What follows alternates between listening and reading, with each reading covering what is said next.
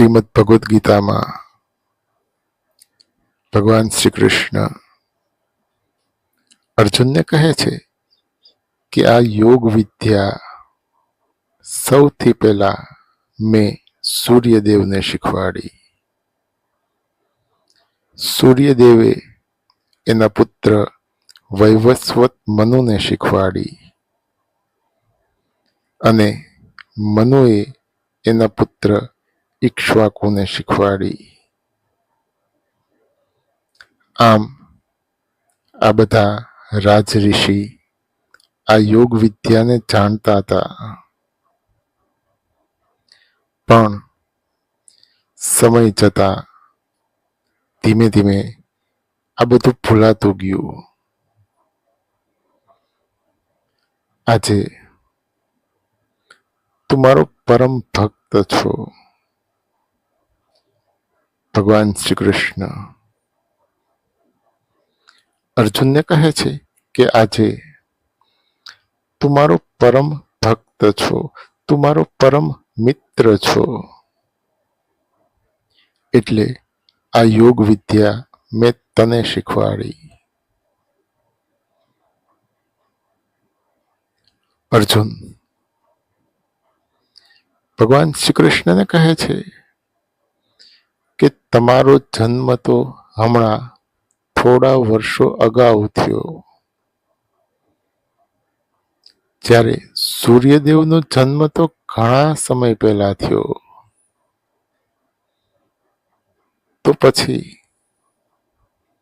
તમે આ યોગ વિદ્યા સૂર્યદેવને શીખવાડી એ વાત હું કઈ રીતે માની લઉં? ભગવાન શ્રી કૃષ્ણ કહે છે કે આજ સુધી તારા અને મારા અનેક જન્મો થઈ ગયા છે. હું એ બધું જાણું છું, પણ તું નથી જાણતો. હું જન્મ વિનાનો, વિકાર વિનાનો અને સર્વેશ્વર છું. ભગવાન શ્રી કૃષ્ણ અર્જુનને કહે છે કે હું જન્મ વિનાનો, વિકાર વિનાનો અને સર્વેશ્વર છું. તેમ છતાં મારી જ માયા વડે જન્મ લઉં છું.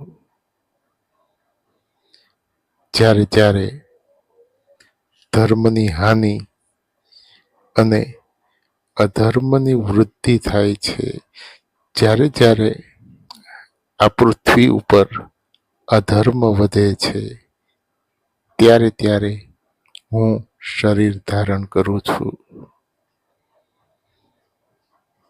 સાધુ પુરુષોના રક્ષણ માટે, દુષ્ટોના નાશ માટે અને ધર્મની સ્થાપના માટે હું યુગે યુગે પ્રગટ થાઉં છું. ભગવાન શ્રી કૃષ્ણ અર્જુનને કહે છે કે સાધુ પુરુષોના રક્ષણ માટે, દુષ્ટોના નાશ માટે અને ધર્મની સ્થાપના માટે હું યુગે યુગે પ્રગટ થાઉં છું.